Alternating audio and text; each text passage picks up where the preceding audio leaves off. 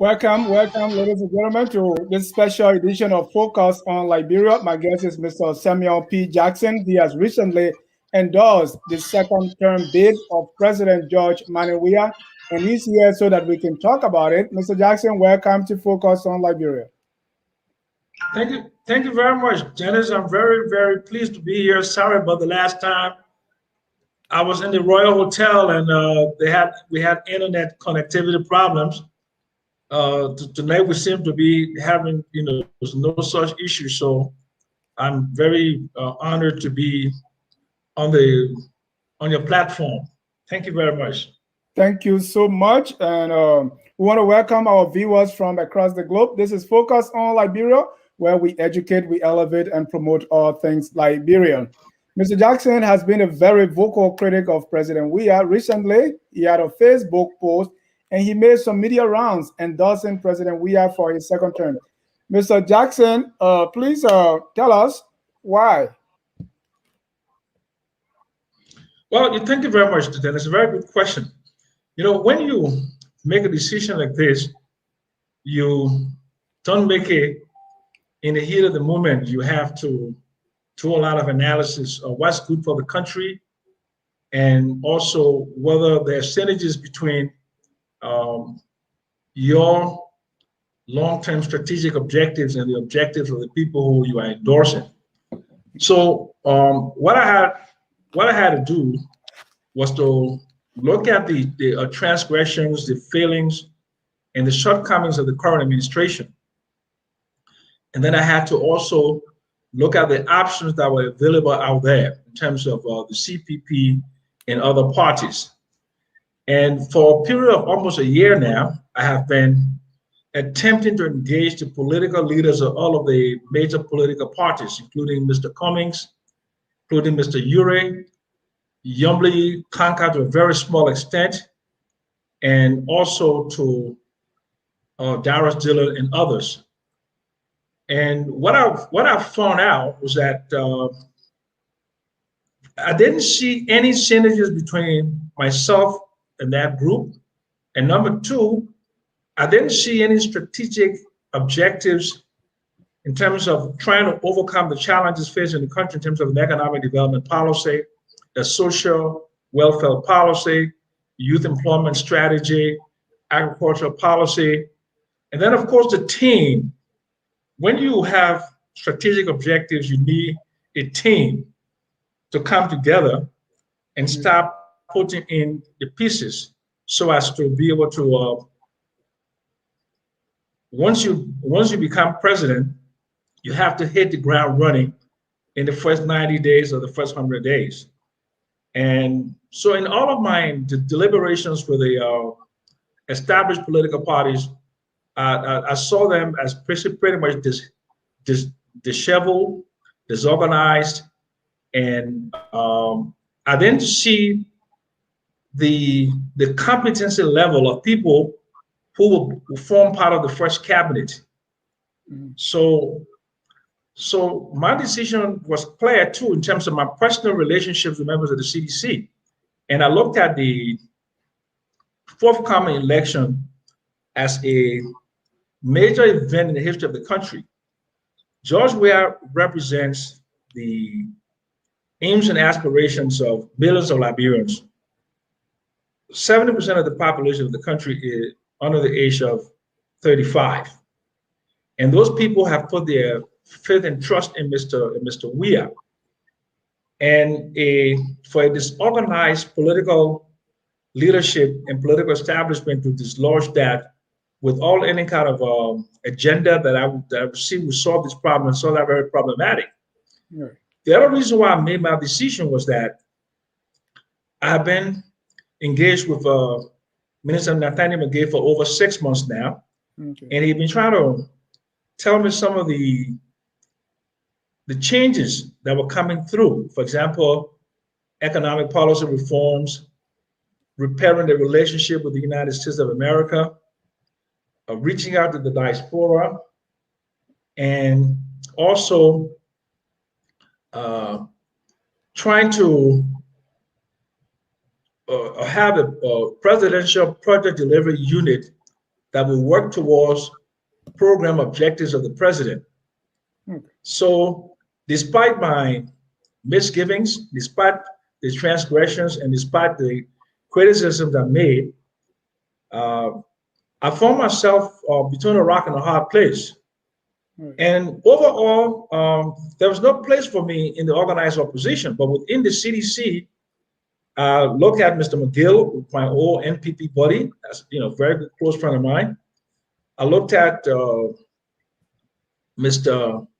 Mulba Molu, who happens to be like a son to me. I look at Jefferson Koji, Akaras Gray, and others who continue to curry favors with me, continue to respect me, continue to open the door for me. And based upon all of these, what I just told you, I made a decision that it was in the best interest of the country for continuity and in my own strategic long-term interest to align myself with the CDC with the hope that I can help them to overcome some of the challenges, fix some of the transgressions that I have criticized them for. Thank you. And those are the decisions. That's why I made that decision. Thank you, Mr. Jackson. To start with, you made it look like you had a binary choice, right? Either the CDC or the CPP. You yourself, you were running for president. So why are you limiting it to just two sides?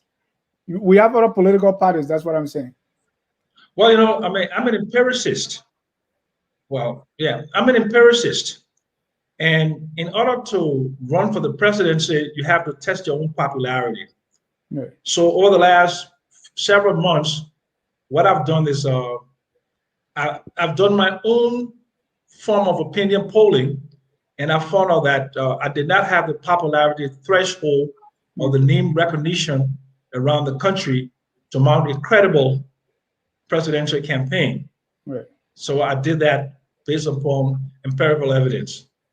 Right. I'm talking about other options, right? You were with the ALP. Now you are making it sound like we have two options in the country, it's either CDC or CPP. Yeah, but Mr. Ure is supporting Mr. Joe Boycott. Don't forget, I told you very clearly. What's about other parties there, like the NDC? We have some of the progressive are still running. We have other political parties. There is a new kid on the block.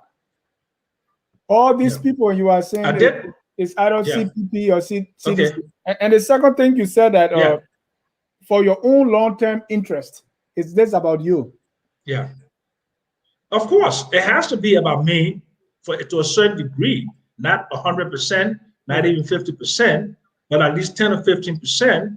My personal interest has to factor in my decision whom I support for the presidency, because I'm a stakeholder. I have economic development objectives for myself, private sector opportunities that I'm looking at. So all of these things will play a factor, but the overriding factor was I'm looking at two polar opposites. I spoke to Daniel Cassell, who is the new kid on the block. He came to Johannesburg several weeks ago. I went and I engaged him. I invited him out to dinner. He never showed up. He never called me, and he left town. I mean, without even the courtesy of. So that pretty much told me that he didn't want to be bothered with me. And I've engaged Mr. Cummings at certain levels. It takes him about 6 weeks to respond to my text messages.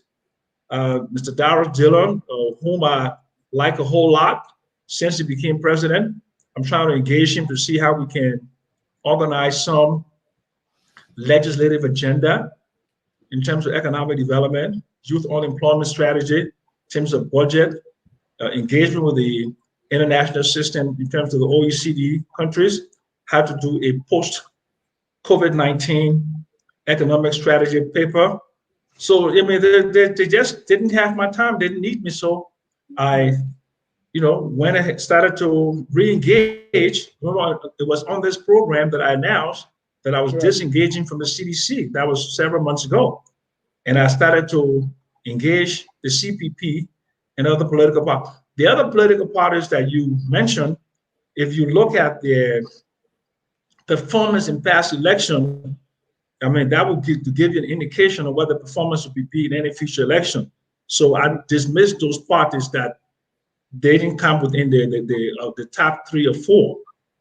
Yeah. Mr. Jackson, such a decision, I know you didn't make that lightly. Who in your circle did you consult? You know, before you taking such decision, you will speak to some people. Who are some of those people? I did, but I just explained to you that I spoke to all the parties of all of the leaders of the major political parties. People that would say, "Hey, I'm going to do this thing. What do you think about it?" Well, I mean, I have a lot of friends, family, and loved ones, and I talk to them. Many of them disagree with me, but I'm a lone ranger. I've been a lone ranger now since Charles Taylor left in 2003. I've been pretty much not attached to any political party. I've been running my own show, doing my independent consultancy, and engaging the political establishment as an individual and not as a group. But I do have friends, and I do have people in my family, and I do have loved ones. And I had this conversation. I went to Henry Costa's graduation party in Wilmington, Delaware, where I announced, rather forcefully to the celebrants that I will be endorsing Mr. Weah. I was there that Saturday, and I came on Tuesday and Wednesday, and the following Monday, I made my endorsement. So I didn't try to hide it. It was nothing subterranean, nothing secret. Is the political field. Look, it is my choice, exactly. and I mean, it is good you asking me. And we respect that. Mr. Jackson, you were here a year ago to disengage publicly. A month ago, you were also here, and you and I discussed economics, and you really expressed how things were very bad, and how for 12 consecutive quarters we have this negative growth. Things bad. So you disengage, re-engage. So from the time you disengage to now, from the time you describe President Weah and his government has been inept and incompetent, from the time you said the economy was just so bad, what has changed? Well, the economy still continues to struggle. The IMF is projecting 3.1%. I don't think growth will be that high. I think it will be on the back of the envelope or calculation that I did. I haven't put in any kind of software or kind of metric model, but I'm looking at between 1.8 and 2.3% growth rate. I'm also looking at the engagement of the CDC with the U.S. administration that they brought in a team a few weeks ago, and they talked to members of the administration to try to repair the relationship constructively with the U.S. government. I also see some things that they're doing in terms of improving Mr. Weah's popularity by the county tour. You saw his sojourn into Joe Boycott's territory, Louisville County, and their engagement with me and other Liberians. They've been reaching out overtly and covertly to many people, and they've been trying to reorder their priorities. And over the last 6 months, they've seemed to be moving on a path that I'm comfortable with. And I cannot predict the success or failure of those, but I think they're making some efforts now that I'm comfortable with. But I'm looking at the polar opposite of on the other side. I see confusion. I see geriatric people from the geriatric generation like myself trying to ascend to the presidency, and I see confusion in terms of lack of a strategic plan, lack of cohesive leadership, lack of organization, and just a very troublesome opposition without the nettle to unseat a sitting president. You named that they are trying to repair the relationship with the United States. Yeah. In your book, you describe that relationship as incestuous. Well, I did not describe the relationship between Liberia and the United States as incestuous. I described the relationship between Liberian government officials and the international system as incestuous. So you may Especially want to in the read. United States. No. You might want to read that again. The international system is the OECD, it is the donor community with the multilateral institutions. And those institutions represent the interests of the Western nations. And when they engage political leaders in Africa, what they typically do, they ignore their transgressions and try to prop them up as much as possible, as long as those regimes are supporting these strategic interests, security, and economic interests of, Right. of the donor nations. And that's why I brought it up, right? Yeah. Because I remember specifically reading you saying the United States. No, I did not mention the United States by name. I said Liberia and the donor international nations. system. Yeah, you said But the United States is a part of that. But I don't want you right. to narrow it No, you to the said United States. You said specifically the United States. No, right? I did not. No, no, I did not. I said there's an incestuous. Listen to me, please. I wrote the book. I know exactly what I wrote. I said there's an incestuous relationship. In fact, there's a whole chapter in my book on that relationship, the incestuous relationship between the donor community and Liberian political leaders. Okay? They drink together, they eat together, they party together, they do things together.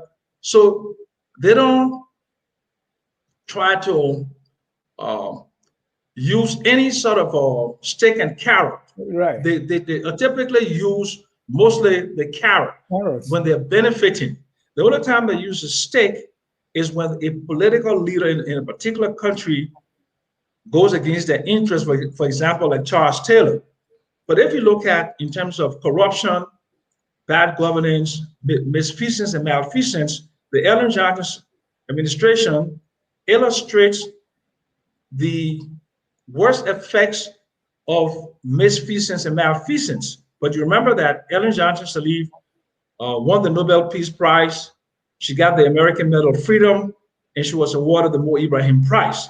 Despite all of these transgressions and the fact, and including the fact that the TRC report was very clear and vivid about her support to the National Patriotic Front of Liberia, where they recruited child soldiers and engaged in a lot of atrocities.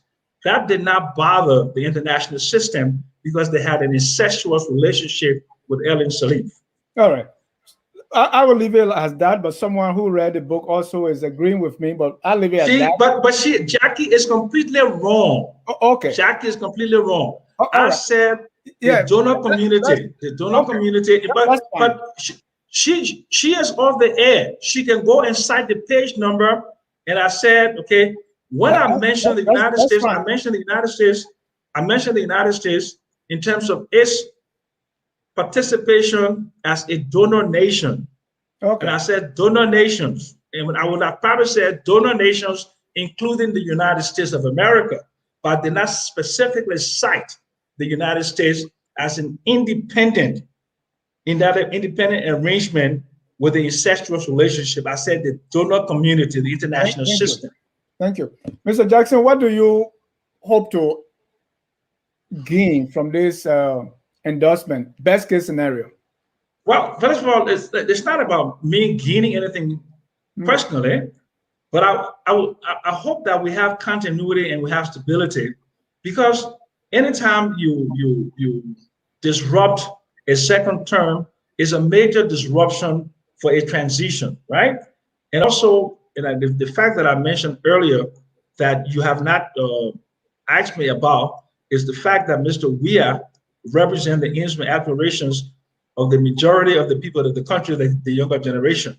And then this new animal, which is called the CPP, if you look at the composition of the CPP, they're mostly geriatrics, people from the older generation, people from my age group, who belong in nursing homes and belong in other institutions instead of trying to run a government at this time. I'm retired and I'm 68. I mean, you're trying to throw a very cheap jab at Mr. Boakai. He's the only person who's in his 70s. The rest of the people are in their 60s and below. So you can't tell Well, me if that you it's a geriatric or group of people. No. well, let us define what geriatric is. 60 plus. That's geriatric. Okay. 60 plus. Right. I did not say octogenarian or septenarian. I said geriatric. Okay. And geriatric care typically starts at retirement, 65 and over. Right. And really that's not the case. We have young people everywhere on both sides, but that's But I'm not saying, but listen, I'm talking at the political leaders, the leader. political leaders. And Right. I'm looking at the overbearing influence of the Unity Party. The Unity Party led the government of Liberia for 12 years. Okay. And if you look at the felonious assault that was carried out, okay, on our resources, 66 out of 68 concession agreements were deemed fraudulent or flawed. Right. And the PAPD document said nothing wrong was done about those. No, you see, PAPD. okay, hold on a second. Right. Stop. It was not the PAPD that said that. The PAPD said nothing, but it was Mr. Weah who said that. It's in the PAPD. Show me the page in the PHPD where it said there was nothing wrong with the previous government. It was Mr. Weah. Let's get something, man. No. Stop. No, I can show you. Don't. But show me it. Yeah, Refer to the page. I can show you. I will call Take your time in the back room to let's go. Okay, get somebody. There it is. It said the 2018 APRM review concluded that the process of securing, negotiating, and implementing these concessionary agreements in Liberia met internationally accepted best practices and okay, but this right. But hold on a second. Hold on. What is the APRM review? Hold on. Right? Is this APRM review talking about specifically the Ellen Johnson administration? Yeah. The 2018 APRM review concluded that the process of securing, negotiating, and implementing these concession agreements. If I'm not, going above to read that, that's what I'm just starting from here. And overall, hold on now. Overall, the economy grew by 6.7% over the period 2009 to 2013. The mining sector grew by 70% between 2005 and 2013. An estimated 15,000 jobs were created, but large numbers were lost due to Ebola. And it said over the same period, the agriculture sector grew by 2.8%. And right, so this was but stop right there. The APRM is not the PAPD. No, so let's get that very clear. No. Hold on a second. It says the APRM. This is not, they're referring to it, the APRM. Do you know what the APRM is? The APRM review concluded. Yes. Yeah, the APRM, but this is not a PAPD concluding that. It is a reference of the APRM in the PAPD. But the PAPD is an aspirational document. It does not make qualitative. Let me stop. No, it is validating. No, it is validating. It is not validating. Basically, it is telling you what the APRM review said. The PAPD can cite references and can quote statements, but it does not mean the PAPD agreed with that. No, the PAPD was laying this foundation. So it's PAPD is in agreement, basically. By them stating that does not mean they're in agreement. They're just stating that. But here is the fact. The Moore Stevens report, which is the seminal and definitive metric on the concession, on the 68 concessions, right? That's what said we know. 66 exactly. So the APRM, hold on a second. The APRM and the Moore Stevens report are polar opposites. They disagree. Okay, so why didn't the PAPD cite also the Moore Stevens report for clarity and for balance? So you agree? It did not cite that. Right. So it's only citing the APRM. Exactly, to support their point that we are good. That's why Ellen got B+ from the current administration, right? No, but you see, the thing is, the PAP did not come up with an independent paragraph that says the PAPD reviewed the concession agreement. This is what they found out. It says the Mr. Jackson, APRM. you So it does have not mean, no, but look, Dennis, let's not argue that point. right. Let's not argue that Yeah, point. no, Let's not let's argue not that argue that semantic. point. Let's Yeah, just move forward right. because you're very wrong. The No. PAPD did not say that. It cited the APRM. It cited the APRM.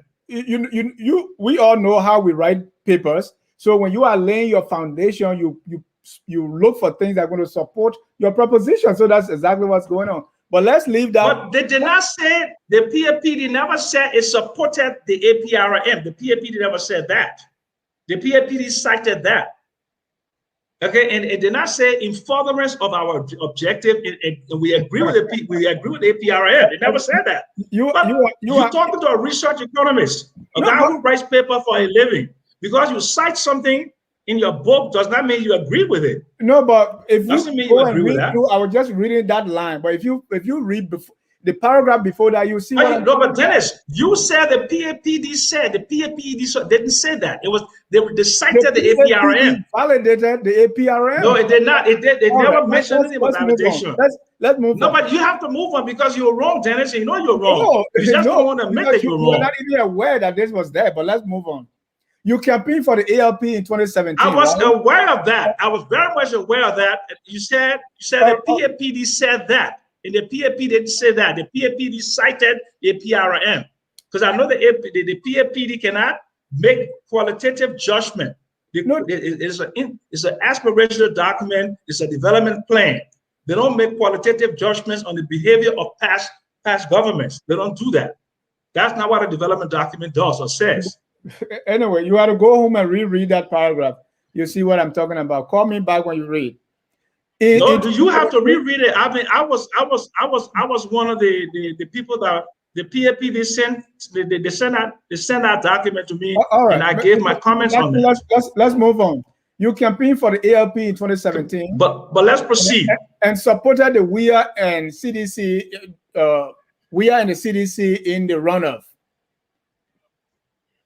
You work with the Weah government a little bit in the consulting role. You then disengaged, and now you are back engaging. Why should anyone take you seriously and don't see you as someone going back and forth?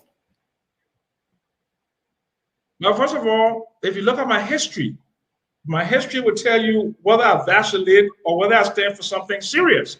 Yeah. Every government that's been in power since I was an adult, I have criticized that government and I have worked within that government. So that is who I am. I was recruited in 1978 by the Talbot administration, by Ellen Johnson Sirleaf, John Bestman, and Charles Green to come to Liberia to leave my cushy job as second vice president at Chase Manhattan Bank to be deputy controller at the Ministry of Finance. Even when I was working for that government, I participated in a demonstration against that government, proposing the increase in the price of rice, and I was arrested April 17. So that tells you that I worked for Samuel Doe for 11 months. And when I left the government, I began to criticize that government. The Ellen Sirleaf administration that I supported in 1997, she didn't win. When she left, I continued to engage Mr. Taylor, and Mr. Taylor was going astray. I criticized Mr. Taylor vociferously until in 2002, Mr. Taylor called me to ask me to help him with the effects of sanction. So that's my start. Even when the Ellen administration came into power, I went after her on the 66th or the 68th floor of fraudulent concession agreements. I went after her on the Ellen Nito deal. I went after her on transgressions within NorCal, and I criticized Ellen even up to this day. Because I'm with you or for you does not mean I become a leech or a lech on you and will not criticize to become a sycophant. I'm not sycophant. And let me just be very clear here. I'm not telling you today that the CDC administration is without transgressions. As time goes on, there will be things that I will criticize, things that I see that I will But Mr. criticize. Jackson, what I'm getting Let at, me finish. because Let me you fall finish. out of favor, you get out, they call you back, you go back. Is the back and forth I'm looking at, because But I'm not. But you as you see, said when with you say, Taylor, right? okay, the only government that I have fallen out of favor with is the CDC administration, because I spent 6 months with them, and they questioned things against me personally. Right, like the But $5,000 check. well, yes, okay. But those other governments, I disagree with them on processes and programs and plans and challenges.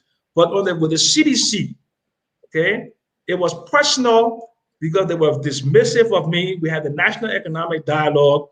They refused to implement recommendations of that. The international system spent over $300,000 to sponsor it. So Right. I was angry about that. Right. And then adding on to their transgressions and some of the things that they were doing made me thoroughly dissatisfied. That's why I disengaged. But Right. now, if you're looking at polar opposites, it's disheveled, disorganized opposition, a political leadership that is not steeped in the foundation of trying to overcome the challenges of the country. And when you see the ruckus going on, I'm looking at long-term political stability as far as it affects the aspirations of the 70% of Liberians who are part of the younger generation, and they represent change. Now, I'm not telling you, I'm not going to be Pollyanna and say things are going to be hunky-dory between me and the CDC. There will be instances where we will disagree. And most of the time now, my disagreement, because I'm trying to promote the administration,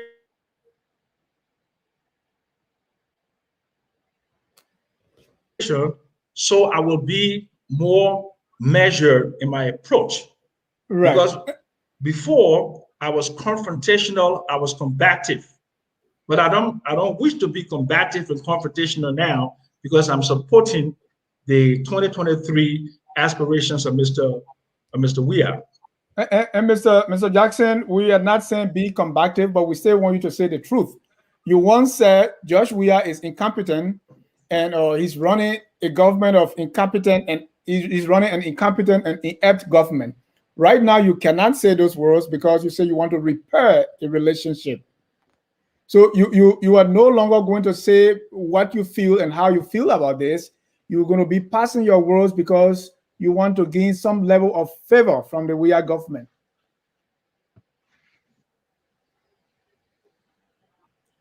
Right now, you can tell us now that the Weah government is incompetent. Mr. Ja, Right? Yes, sir. in instances they've demonstrated incompetence. Absolutely. Okay. Absolutely. And going further, they may still demonstrate some degree of incompetence. Have you seen What any has degree of changed? incompetence of late? And let me be very clear with you. Yeah, so but what has changed is my reaction and my behavior to their transgressions. Okay. But you were never Okay? irrational, were you? Because I'm looking at the two polar opposites, and I see that we're between a rock and a hard place. It is a Hobbian Mr. choice. Jackson, Mr. The Jackson, choice I'm making. Go ahead, sir. Sorry. You're going in and off, sir. Yeah. No, I said. No, I'm saying this is a Hobbesian choice for me, a very difficult choice for me. I think we're having some issues with internet again. Are you?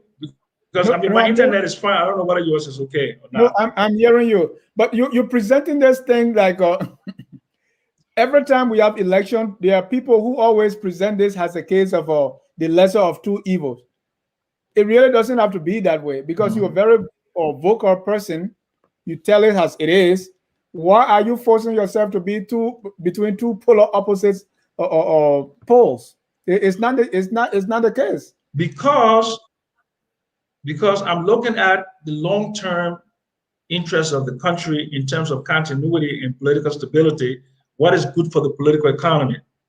When you disrupt a presidential term, okay, that signals domestically, internationally, that you're disrupting the aims and aspirations of a certain group of people. And especially when that president was a popular president who was voted in by a plurality, a majority of the citizens of the country. So instead of having a disruption by a band Mr. Jackson, why of you keep people with calling no this disruption? strategic objectives in terms of what do I want? Why are you calling this disruption? If people will go into an election, I cannot hear you, Dennis. And win, why are you You're why are you freezing. using disruption? Am I? I'm Well, getting you. because you are disrupting continuity. And I mean, you know that disruption is not a bad word, because Right. technology disrupt, right? Technology do disrupt, right? And a new administration will be disruptive, not necessarily in terms of with insurrection, but in terms of disruption of continuity. So that is the manner in which I'm using the word disruptive. You said this. You said I support continuity for 2023, not because the Weah presidency is flawless, but because it represents the aspirations of millions of Liberians. I would say this was true for Boakai in 2017, right? And it was also true of President Donald Trump in the United States, and even Taylor. You know, Yeah. is that not true? In those cases, But there was no continuity. of course, but Was that I'm glad you gave the example of Donald Trump, and that you gave the example of Charles Taylor, because those changes were disruptive of the and political Boakai? order. And you see also the disruption. Let me finish. Yes. But Mr. Boyka was vice president, and he claimed that he was a parked car. So Mr. Boyka is putting himself out as a new leadership. That's how he's presenting himself, that he was this parked car with a brand new motor. But now this new car is going to get on the racetrack and going to be doing 100 miles per hour.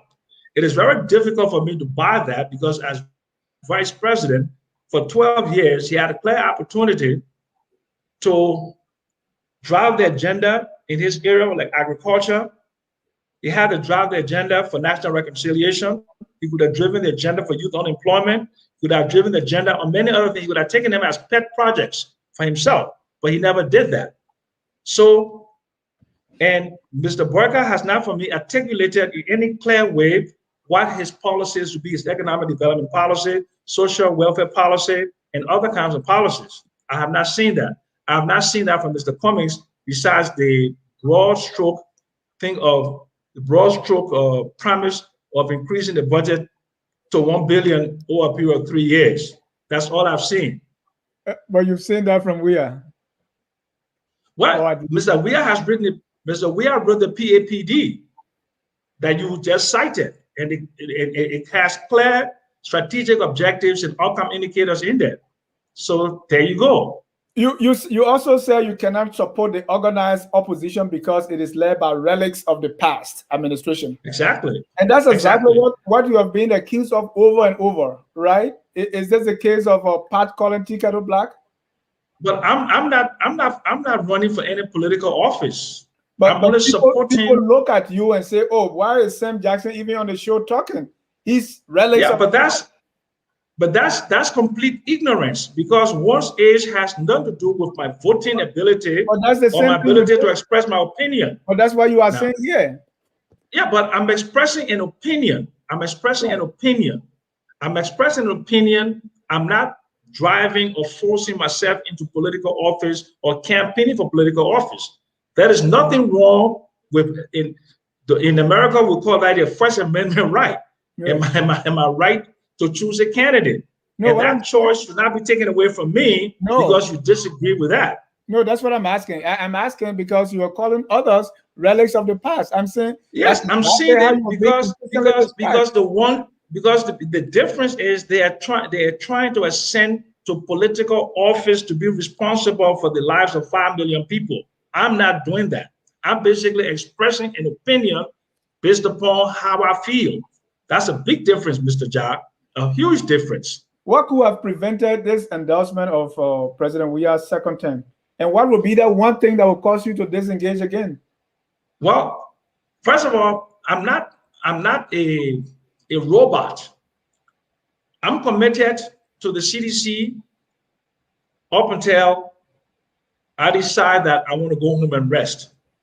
And if you notice that when I engage myself with an administration, and I'm always there towards the end, Samuel Doe, Charles Taylor, and Ellen Sirleaf, I've never run away from any administration that was meeting challenges. I always supported that government to help to overcome the challenges. We did that with the orderly transition in 2003. Unfortunately, in 1989, some forces, relics of the past, supported the MPFL and brought us this 14 years of a fratricidal war that saw the displacement of 3/4 of the population and destruction of our infrastructure. I did not participate in none of those activities.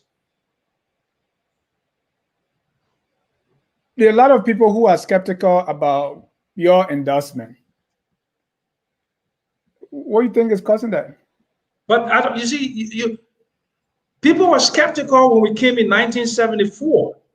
People were skeptical when we formed the political party PAL in 1970, the Progressive People's Party in 1979. People were skeptical when we were supporting the demonstration against the rights riots, and people were skeptical when I supported Ellen Johnson Sirleaf in 2005, and people were skeptical when I was speaking on behalf of Mr. Taylor for us to have an orderly transition in 2003. So not everyone disagrees with me. In fact, people came to me within the streets of Monrovia, and they thanked me for my endorsement. So there's some people who are happy with my endorsement. There's some people who are unhappy with my endorsement. So this is the political arena. So you have people on one side, you have people on the other side. But you cannot say universally people are condemning my choice.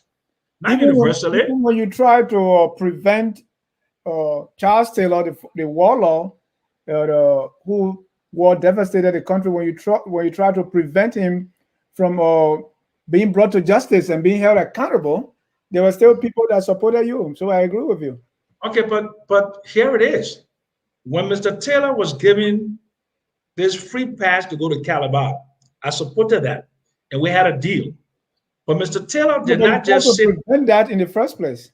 Yeah, but hold on a second. It could have been prevented, exactly. But don't forget, I joined the Taylor administration in 2002. I joined the administration specifically to help them to water the effects of sanctions. My role was to bring about an orderly transition. And we did that. So we had the Accra Comprehensive Peace Agreement, which took Mr. Taylor to Calabar. But when Mr. Taylor decided that he would meddle in the affairs of Liberia politically, and he became an embarrassment to Obasanjo, I called a press conference and asked Mr. Taylor to surrender himself to the International Free Court in Freetown. That's the kind of person I am. I called his generals, and they didn't like that. But I made that assessment as good for the country. Dennis, I don't make decisions because people will love me, people will kiss me, people will give me money, or people will give me commendation. I make a decision based upon how I feel, and I've been right most of the time. The people we surrender power to in 2003, they became thieves, and that's the transitional government of Liberia. Okay? Let's look at the history of political endorsement and what we normally in Liberia call carpet crossing, right? From Oscar Jaikuya and Tuan Re joining the NDPL to people like Christmas Sele, Jabate, the COP Youth Wing joining the CDC, and now Mr. Samuel P. Jackson making this complete 180 after bashing the Weah-led government, now endorsing the Weah-led government. What is the common thread that we can run through all those political carpet crossing? Well, first of all, I did not cross any carpet. Yeah, I wasn't. You changed. You flipped. No. But I did not see when you said. You see, you have to look at the language that you use. I just gave an example of people who cross carpet. I did no. so let's not use that terminology because it's inappropriate No, the for the terminology position I was for took. Oscar Weah, Okay, Tuan Ray. but yes, but I did not leave my political party to join the Right. CDC. So let's make that clear. So I did not cross any. Yeah. Okay. Yeah, So you let's didn't cross. agree. I didn't cross any carpet. No, you didn't cross. What I I'm did saying, was I made an informed decision right. to support the CDC, the Weah No, but administration, those changes 2023. were driven by something. So I just want to see that commonality.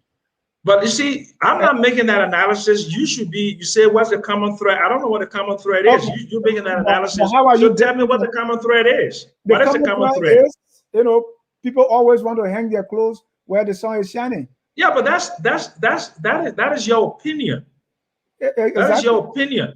You cannot play psychologist. You cannot play psychologist with a man's decision, his political decision. His political decision is based upon what he believes to be in the best interest of the country or in his own best interest, because politics ultimately is about interest. Okay, I could just make a decision to support Mr. Weah because I may have business interests, and that's perfectly fine.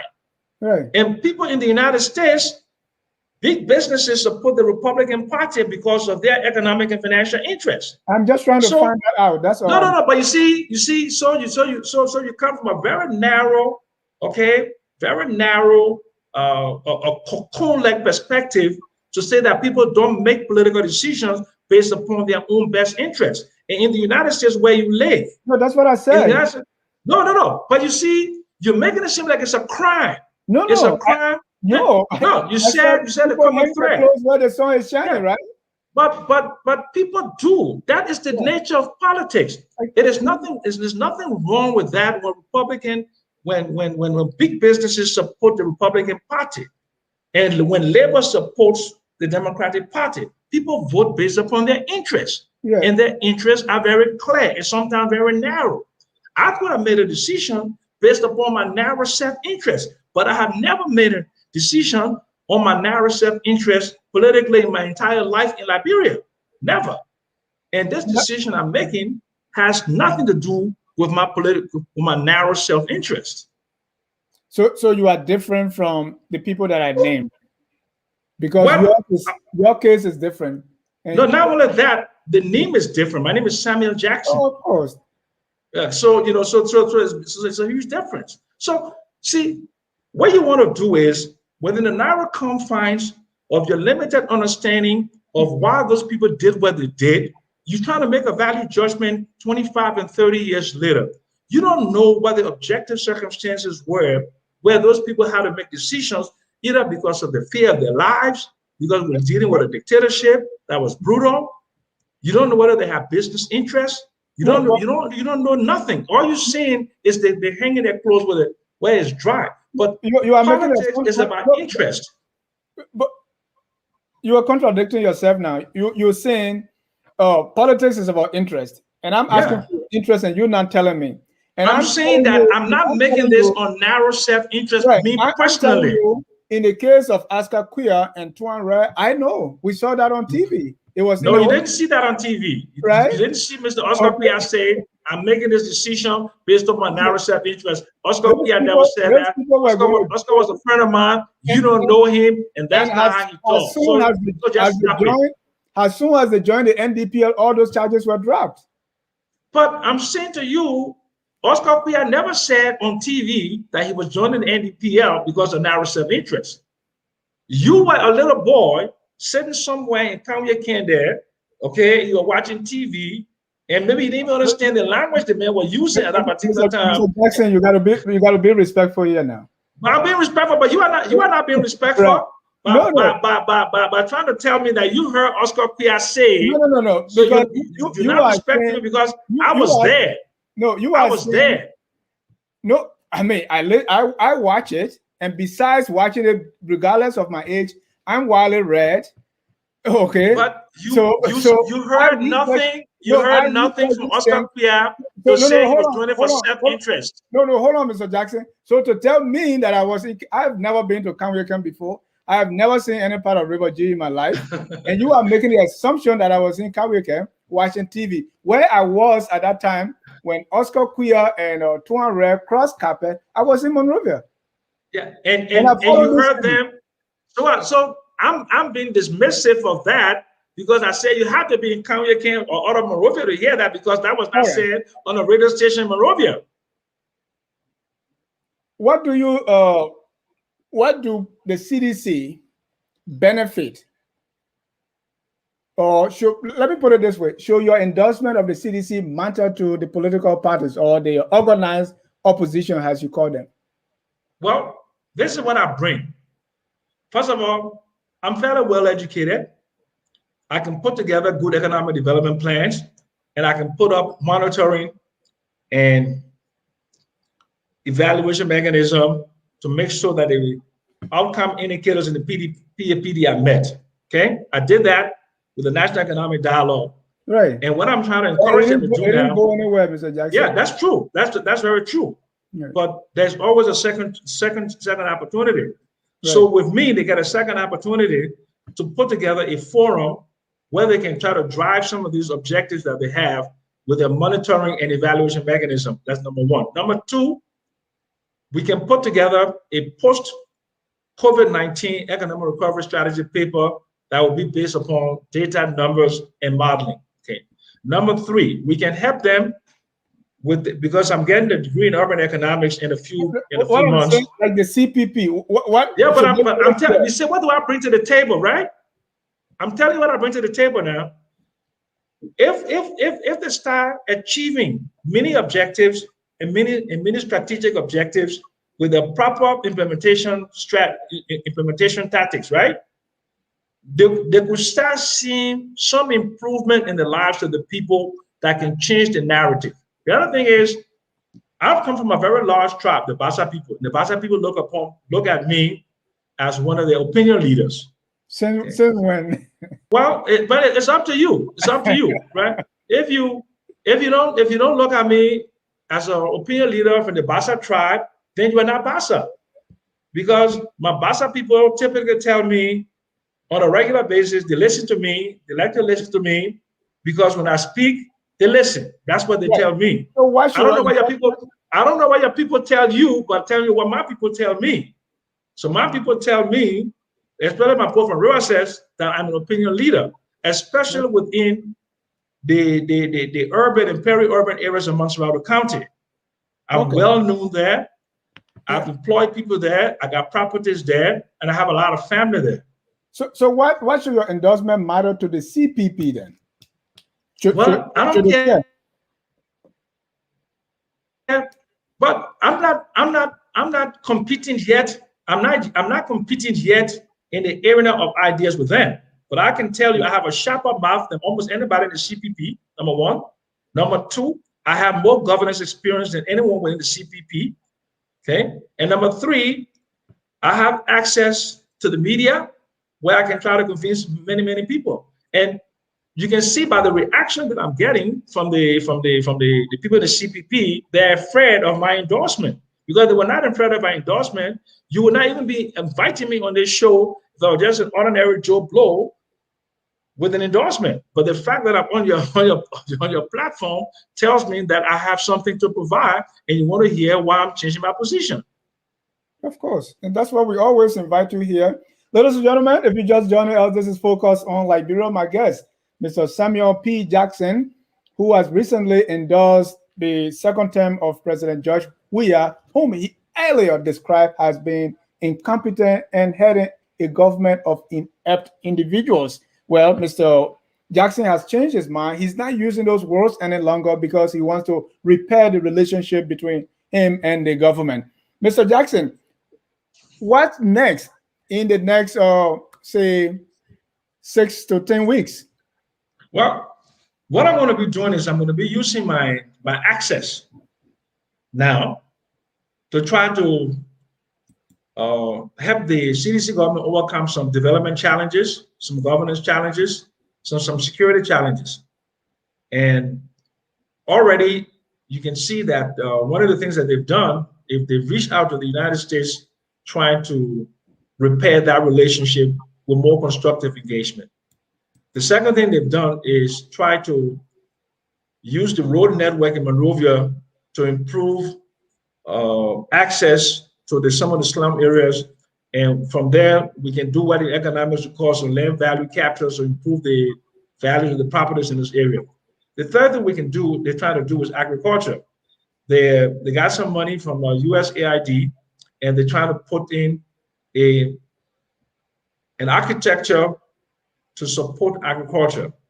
And of course, lastly, but also very important, is national reconciliation. If you notice that the CDC came to power, they're very combative, fighting everybody on all fronts. So the fact that they've chosen to engage me tells me that their path to reconciliation has been open. They're engaging some other stakeholders in terms of people in the diaspora. They're talking to people. And I can assure you, I would not be the only prominent person who was opposed to the CDC who will now be supporting the CDC if they do it right. So I'm very confident that I will be supporting them to build a bigger tent, a wider net, so they can have a veritable coalition to win the election in 2023. You left Monrovia, you said, with a heavy heart. Yeah. You said, why on earth will we allow such massive foreign domination of the Liberian economy?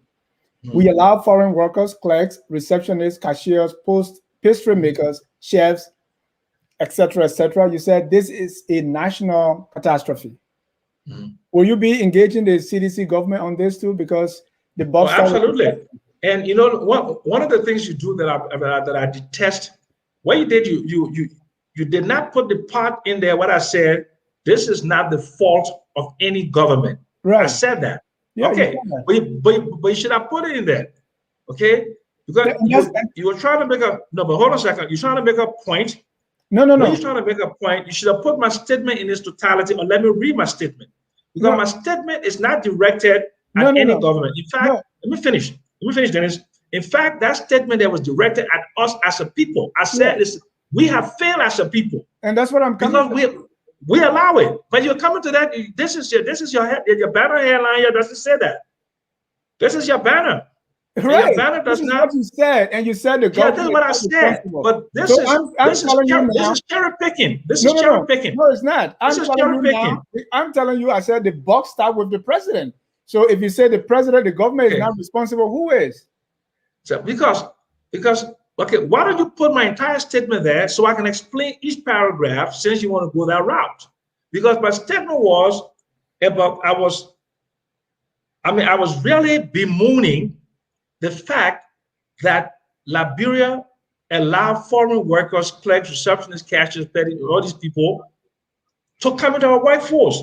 And this doesn't just start from the Weah administration. This is an age-old historical problem. Right. So I say that is something that says something about us as a people, more than it says about the government. I mean, how? Very good. Because if this is an age-old problem that he met, you don't expect him to solve that in 3 years, number one. No. I mean government, not government. Yeah. It's a government problem. And number two, you have a national legislature, which is a combination of several political parties. The political parties that you were heralding, you say they are good people, right? No. They're in the national legislature. Let me stop you. You said government, right? Except you are looking at government has just executive branch. But government. No, I'm talking about the administration. Right. The administration is the one that runs the executive. Right. The legislature is composed of people with different views. So the role of the legislature is to do what? We know that because your premise is this is not the fault of the government. I'm saying you are wrong. It's the fault of the government. But it's not the fault of this government. It's the fault of all governments. Exactly, I agree. But you didn't say that. But I'm saying to you, that particular situation is a reflection upon who we are as a people. Besides, you see, the government reflects us. Let's face it. Because the people that sent to power. About the nuance. Okay, I get what you said. I'm not nuancing it. I'm telling you. Why don't we do something about it? Why don't we cry about it? Why don't we demonstrate about it? Why don't we call up our national legislature to change that? Why are we accepting the fact that a Filipino pastry maker can come to Liberia and live a better life to the Liberian pastry maker working you don't want us to be like in South Africa where anytime they see any migrant, they take rocks, right? So it is but in Ghana, but listen to me, in Ghana, if you're putting the fault on the but hold on a second. People because Dennis, you are falling in love with this government, and so you're trying to exonerate governments now as a whole when it comes to the problem of the country. Dennis, yes, sir. Dennis, the Fanti people, which are 25% Fanti, will never allow a foreign pastry worker to work in a Ghanaian hotel. That's the people themselves will not accept it. Even if the government wanted it, they will resist it. They will resist it using their votes, using their power of persuasion, and using their rights as stakeholders. I went to the Golden Tulip Hotel 4 weeks ago. I did not see one foreign face at the Golden Tulip, which is a much better hotel than the Royal Hotel where I stayed in the river the last time. Because the Fanti people, they are kind people who I'm a part of. We are proud people, and we believe in the collective. Unfortunately for Liberia, because of their history, okay, and if the ethnicities that exist there, they don't take these kind of things to be against their national, like an injury. Because a Fanti man will look at it like an injury against him if he has a Filipino receptionist at Labadi Beach Hotel. But the Liberian thinks it's normal for them. This is not normal for us Fantis and Akam people, but it's normal for you Liberian people, and it's very bad. And we want the government to take the leadership. But so why don't you demand that? When was the last time you, Dennis Jai, on your radio program had a program specifically on the foreign domination and foreign workers in Liberia? Can you show me a program that you did on that subject? You are standing in a way excusing government from that responsibility. I'm asking you a question.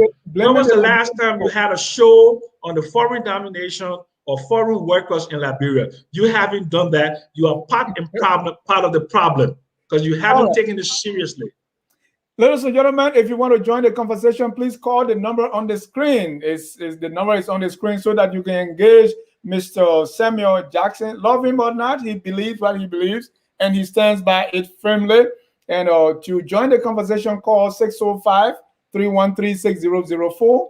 The code is 791403. In the meantime, let me share with you some comments. Gabriel Carter said economic policy reform is a vague term. What does it entail? Talking about the Weah government, he continues, George Weah does not represent the hope and aspiration of Liberians. This is a false narrative. You are even fumbling on your words, Mr. Jackson. Gabriel said you are fumbling. He's very busy here. He continues, this is why we will reject the old guys like Samuel Jackson. This is all about self-interest instead of what is best for the country. You guys have perpetuated this type of politics since the 1980s. Mr. Jackson, your response before I go to the other comments.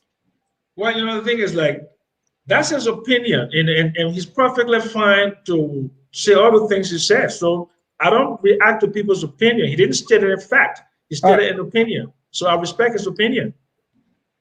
Dennis Kake, Mr. Jackson, you did not see any strategic plans in the CPP. You've been criticizing the same George Weah government that you are endorsing today. Why don't you join the opposition and bring on board these strategies you have to move to these strategies to move the country forward?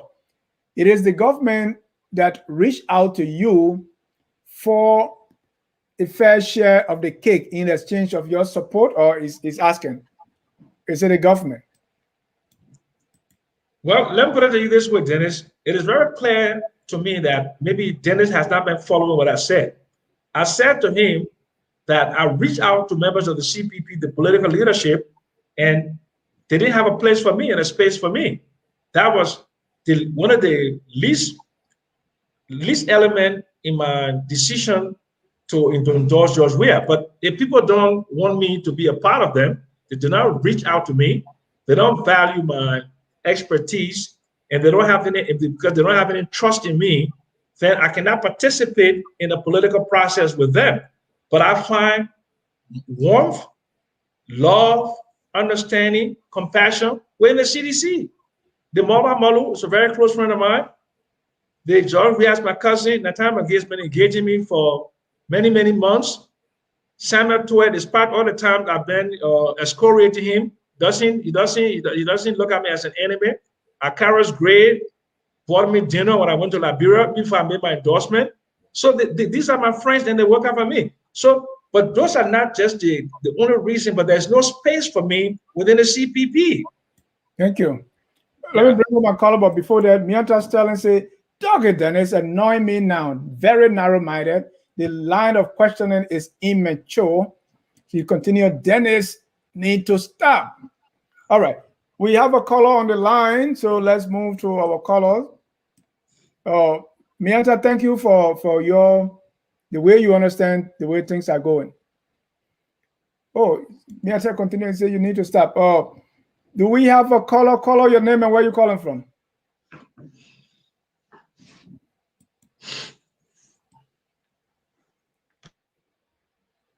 Okay. Let's see if we still have the caller drop up. So if you want to call, please, the number is still on the screen. Let me read a few more comments. All right, caller, again, if you are there, your name and where you calling from. Hello, caller.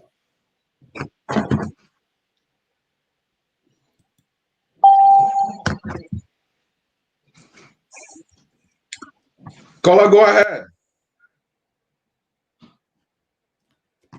Armstrong Java say if we need change in Liberia, we must make decisions based on the interests of our people and country. Oh, okay. Am I live? Go ahead, you're live. Your name and where you calling from? Yes, I want to agree and disagree with Mr. Johnson. And that's fine. I think there are two things I believe the Liberian, let's say our society, our problem is. And one of the major problems until we can get anything fixed in Liberia is the idea that whenever we have a political disagreement in Liberia, and that is the area I agree with Mr. Johnson, where politicians and influential Liberians would come to Washington and lobby and negotiate or seeking maybe sanction or hardship on the Liberian people, hoping that they are doing it to affect the politician or the leadership that is in charge of that particular administration. I think there should be a law that forbidding that because in many African countries, only Liberia, I have seen this kind of behavior happen. And that's the root cause of most of the war that took place and damages that took place in Liberia. A few group of people will come and lobby and talk to influential people and will use the information warfare and influence our gullible society people, let's say our gullible people in Liberia and cause problems for our own country. I think that there should be a law, Mr. Jackson. I will agree with you 100%. There should be a law or placed on a book in the interest of nationalism. Anyone who do that should be forbidden to participate in the political system of the country. This is the era I disagree with Mr. Jackson. I personally believe that I'm a supporter of George Weah. By the way, I'm a crewman. But I think the Weah administration make a mistake from the beginning. Can they make a change? 100% yes. Do I support or do I believe anyone in the opposition community can better represent Liberia than that of George Weah? Hell no. So again, the mistakes that the administration made from the beginning, they shouldn't have made those mistakes. That I totally, they make a lot of mistakes. But it is okay. But now looking at the two the two sides for 2023, I think it is a better and sound decision for the Liberian people to stick with the current administration because those guys, that on the other hand trying to come and take power, it would be a disaster. Thank you. It would be Liberia will regret it. Like George, we are in his group. They are in a position now where we can press them and get the better out of them. They are in a situation where we can have better negotiation with them. But when you bring in new guys, I mean, we will probably have another 4 or 5 years of wasted time before we can even start. Thank you. Mr. Sia, do we have any other caller? No, that caller, Casali double drop off. I don't know why he keep dropping off. Yeah, maybe. Casali, you can call by so we can take you. All right, Mr. Jackson, you heard a caller. Any comment before we move on? I mean, basically, he's basically echoing what I said. I mean that with all the flaws and the transgressions of this current administration, if you look at the polar opposite, the people on the other side, they're disheveled, they're disorganized, no strategic objectives, and it's best to have continuity where we can fix what is flawed instead of having to do better people. Look, tennis, let's not kid ourselves. We're going to see the political machination of our lifetime over the next 30 months or 28 months or whatever, okay? Because people will be angling for power and mere power only. You're not going to see an articulation of a development policy to improve the lives of Liberian people. You're not going to see a health and social welfare policy. You're not going to see a youth unemployment strategy. You're not going to see an agricultural policy. You're not going to see then articulate a monetary policy to stabilize the economy. There'll be nothing about the macroeconomy. It's strictly about, vote for me because you like me. And then if you see the people who want to be coming around them, people with self-interest. Many of these people doing menial jobs in the United States of America, or they're doing jobs, they're not making enough money. They're looking for an opportunity to find a way to this poor country called Liberia, what is the elephant meat, where we start. Thank you. I would like to see, let me tell you, I would like to see the quality of the cabinet that each of those political leaders will bring. And you can tell by the people who surround them. So we're the top economists on Cummings' team, on Joe Boyka's team. Mr. Jackson, let me bring you up. Let me finish. Where are the development experts? What are the mining engineers? You don't see an organization with a think tank that bringing in a shadow government that can articulate policies besides just mere popularity or using some other kind of influence to get a political leader. Look at Ghanaian politics. You lived in Ghana for a very long time. Look at the composition of the opposition in terms of their stature. Okay, businessmen, economists, doctors, lawyers, engineers, and all of that. You have to see those people gravitating toward a political party. You don't see the opposition. And Mr. Jackson, and that's why these are the kind of issues that we need to fix. But going from one party to the other, it doesn't even fix the issue. I didn't go from one party to another. I'm just endorsing one candidate over another. I'm just making a general statement. Let me bring but that doesn't apply to me. So don't make it in front of me. You should make it in front of the other people who be crossing carpet. That you didn't be crossing instead carpet. of fixing the crux of the problem, we are nibbling at the edges. Let me bring in Casali Double. Casali, you're live. Go ahead, sir. Thank you very much, Mr. Cha, and thanks to Pop J for coming on your show one more time. Mr. Jackson and some of those greedy politicians are the reason why Liberia is what it is today. And we continue to be what we are today. A politician who will come on and tell you that I only wanted to have a phone conversation with the president or with the finance minister, then I think all my problem is solved. That's selfish. That's greedy. Any politician, while it is true that we all know that they always have interest, but no politician will come on and tell you that I only want to be recognized. When I'm recognized, then I know that everything is okay. That is not ethics. That's cruelty. That's wickedness. That's being very, very wicked. And I don't know sometimes as to whether you listen to the repeat of some of these programs.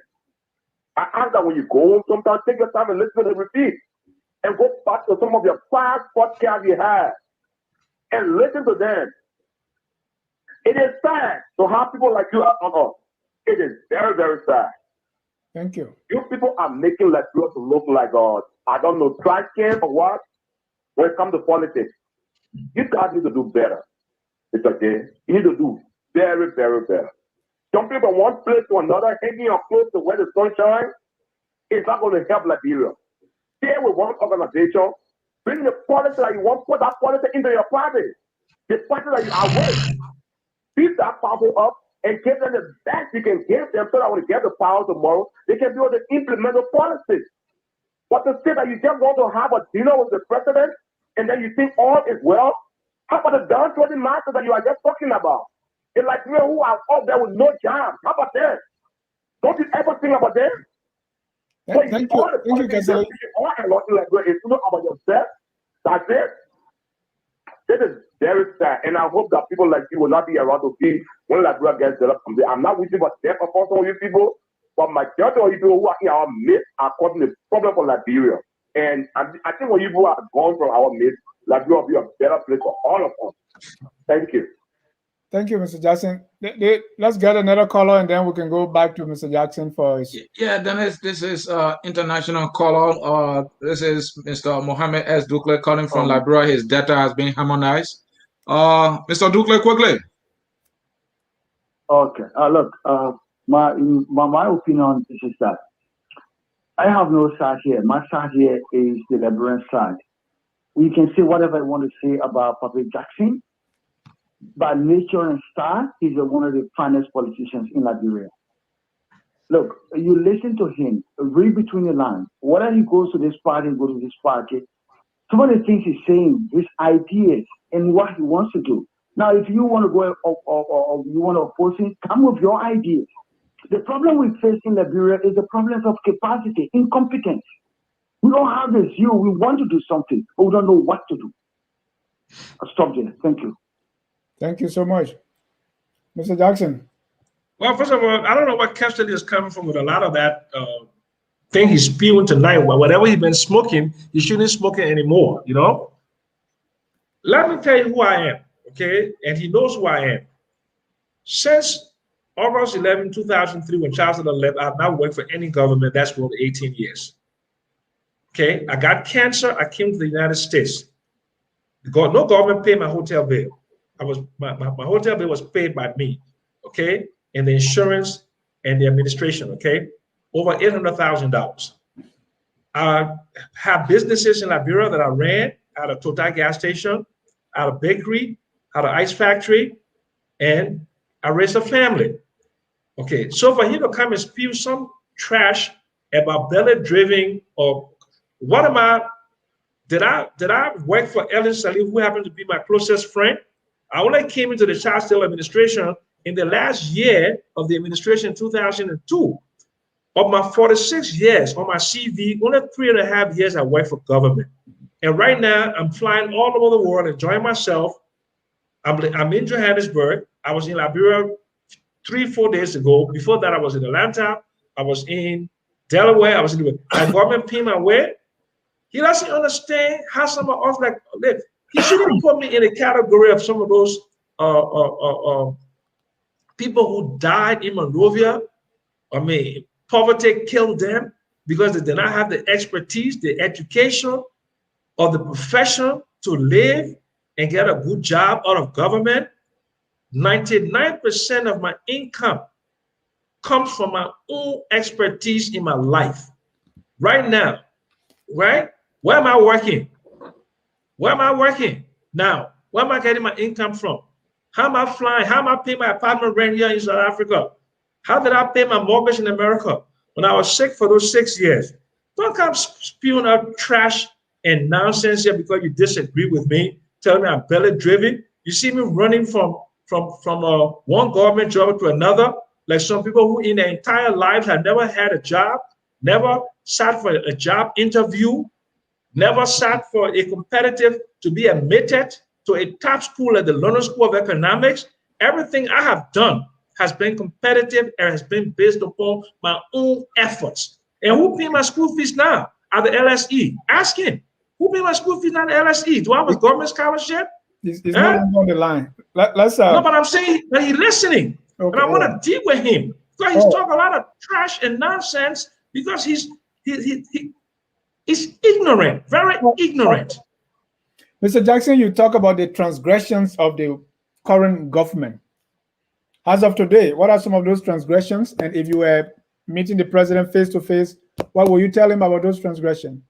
Well, first of all, I think it's important for us to understand that the challenges of Liberia can only be solved with improvements in governance. So I would ask the president to have a clear handle or strong handle on corruption. Look at the matrix of international organizations that determine the level of corruption in our country and try to put together a team. He's already done that. He appointed my friend Deacon Carlo yesterday or today on the Governance Commission for integrity systems. So that's a very good thing. And he also appointed a new LACC boss. That's a very good start. When you improve governance, then the next thing we have to do is development planning. Development planning means sectoral planning. What are the probable potential growth areas of the economy that we can apply some resources and put some expertise in so we can improve the outcome in terms of productivity for Liberians to get jobs? Those are the kind of things I would be engaging them on. And also their relationship with Liberians outside of the country. Liberians outside of the country who criticize the government are not people who are unpatriotic people. When I was criticizing the government, I was not being unpatriotic. I was exercising my constitutional right as a citizen, even though I did it in a very harsh and confrontational manner, because that's the way I felt, but I didn't break any laws, okay? So I want him to build a bigger tent, and I want him to concentrate on social economic outcomes like health and education. But we need to have some quick impact programs. And one of the quickest impact program I think they can have is youth unemployment. Dennis, you go to Monrovia, all the kids, especially the male youngsters, are driving Pempens and Kekes. And you see as a whole confusion within the streets. Yeah. We need to find a way to educate those young people through vocational, technical education training. Let me bring my last caller and then we can close this. Let me get my last caller. Caller, if you're there, your name and where you're calling from. Caller, are you there? All right, I think the caller is gone. So the caller is here. Caller, yeah, go ahead. Yeah. Hello. Go ahead, caller. Your name and where you calling from.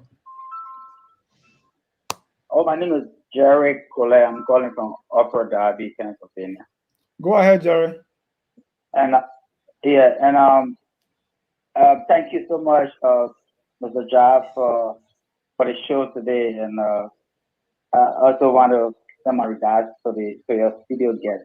To be honest, I'm a little disappointed over Mr. Jackson. I have been following Mr. Jackson for quite a while now.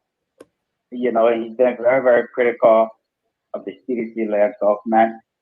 And in his own words, he admitted to us that he's been working for government since 1972, which indicates that he's been in this thing for a very long time. But I think my problem with Mr. Jackson is an integrity problem, because I really thought that Mr. Jackson would be someone with integrity, someone who will stand for principles, you know. But I really don't see that. I think Mr. Jackson is more concerned about what he can get for himself. It's his personal interest. because some of the things Mr. Jackson, some of the reasons he gave for kind of supporting a second term for the CDC, I find it hard to really believe, because even the indicators he speaks of, the economic indicators, whether it be it inflation or employment, full employment or unemployment, interest rate, all of those things, when you compare them with the IMF benchmark, the Liberian government, the numbers they have right now are far below the IMF benchmark, which in other words means the government, the CDC-led government is performing very, very poorly. I was in Liberia just, like I would say, a little over 2 weeks ago. I came back here. I've been in the States now for about a little over 2 weeks now. And I didn't see much of an improvement by this government. Mr. Jai, you would not believe it. What kind of city, Monrovia, what kind of city would not even have a traffic light?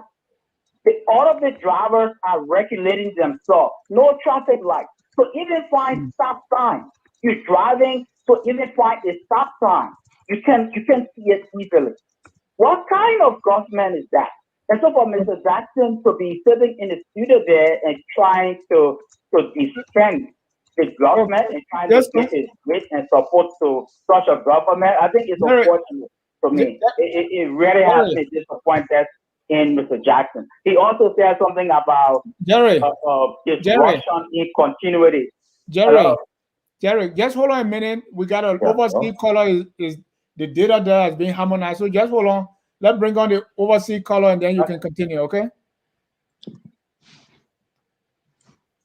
Mr. C, let's get the overseas caller. Yes, hello. Your name and where you calling from? This is Mr. Weeks, the Director General of the Liberian News Agency. But the caller before me can go ahead. I can wait. Okay. All right. Jerry, go ahead. Conclude, please. Yeah. So he also made mention about disruption in continuity. Since when elections, because it is through elections that governments are changed. Since when elections became a kind of disruption, a disruption that will mean negativity for a country. Usually, as a result of elections, we have new government, and that new government will put things in proper perspective and move the country forward. I believe that the CPP can take Liberia to a better place than what the CDC is currently doing. So I don't think Mr. Jackson is right on this one. He's completely wrong, and it's unfortunate that he's taking the stance that he's taking right now. Thank you. Thank you, Jared. Thank you. Let's get our last caller for the night, Mr. Sear. Yeah, that will be I think Kwame Opa Weeks. Mr. Weeks, go ahead. Okay. I mean, mine is very short. I think we're having a debate where we're attacking someone because they made a choice, a democratic choice. So I don't think choice should be a problem here. If the old man chose, say, when he was banging or clamoring for the opposition, he was one of the best, the finest politicians. People were taking pictures with him. They were wishing him happy birthday on his birthday, sending him gifts and all of that. Now he comes all of a sudden and say, no, I think I've seen the best, alternative for our country moving forward, because I don't see the technocrats on the other side.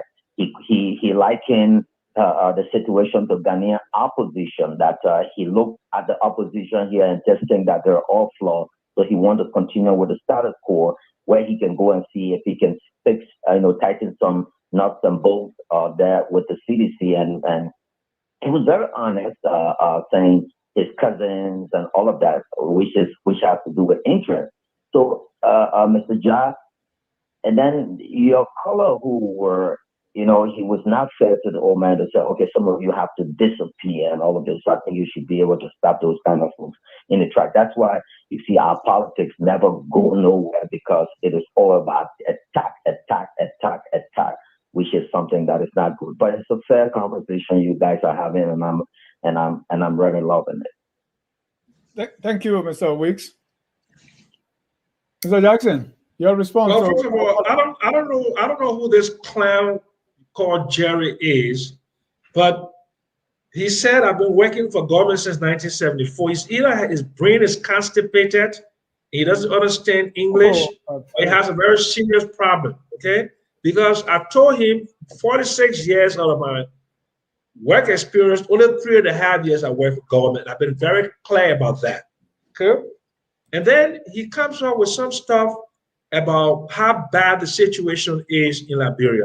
The situation in Liberia has been bad. Mr. Jackson, yeah. Mr. Jackson, we don't insult people. We don't call them names on this platform. You can't call I did not call him a name. I said you say he's a clown. Constipated. No, Mr. Jackson, you just said he's a clown. You just said he's a clown. That is unacceptable. He acted like a clown. Okay. Okay. But I'm not going to apologize to him. Okay. So wherever he is, and then there's another guy here called Jonah Max Filbert, keeps referring to my program at LSE as online. No, I'm doing a taught Master of Science in Urban Economics at the London School of Economics. The only reason why we're not going to class, we're having Zoom classes, is because of COVID-19. So let that forget about all of these expressions they're trying to cast on me, my personality and my ability, because of my choice. If I want to support George Weah is my choice. It doesn't mean I want money. It doesn't mean I have a pregnant wife and I want to support my pregnant wife. I want to send my children to school. No, I'm not even in Liberia. I'm living out of Liberia. So all of these things that come with, it tells me that they are very intolerant people. Very intolerant. They don't believe in freedom of choice. And the freedom of choice that is articulated in our Constitution for free association. I have a right to associate with whomever I want to associate with. I'm only explaining it because of my courtesy to Mr. Ja. But to come here and try to insult me, to discredit me, and to say all kinds of negative things and evil things against me, and you think I'm not going to fight back and call this guy a clown, that his brain is constipated, then you don't need me to have him on your program. Because when he was insulting me, when he said I must die to leave the scene, you said nothing.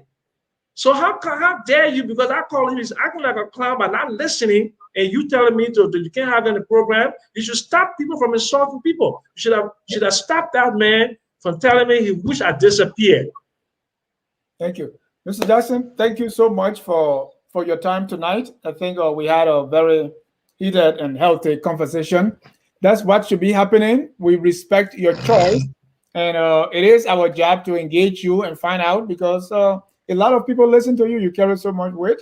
And so when you say something, people listen. And that's why we follow you. That's why we're able to bring you here. Let me hear from you your final words in 38 seconds. Okay, well, first of all, I make no apologies for who I am. I'm a rude old man. Let me be very clear. I'm from Sunnywan, and I grew up in the ghetto. I will not use any curse words in this program. I will not try to insult women or anything like that. But if you come at me in an unprofessional manner, I'm going to come at you in a nice unprofessional manner that be acceptable for this kind of show. So to the audience, I apologize. But to my detractors who came out here and try to excoriate me, I make no apologies for the reaction that I was able to give them tonight. Thank you so much. We want to thank our viewers for staying here with us. Always keep it here at Focus on Liberia, where we educate, we elevate, and promote all things Liberia. Don't forget, we are live on the radio in Monrovia. That's Hot FM 107.9 every Wednesday, Thursday, and Friday at 11 a.m., 5 p.m., and 11 a.m. in Monrovia. We want to thank all of you for watching. Until then, from all of us here at Focus on Liberia, we say, have a very good night, and may God richly bless you. We never leave without playing our song that says, we are all Liberians. Whether you agree with Mr. Jackson or not, whether you endorse President Weah for his second term or the CPP or any other political party, we are still Liberians, and we must do whatever it takes to make our country the glorious land of liberty. Good night and God bless. We are Liberians.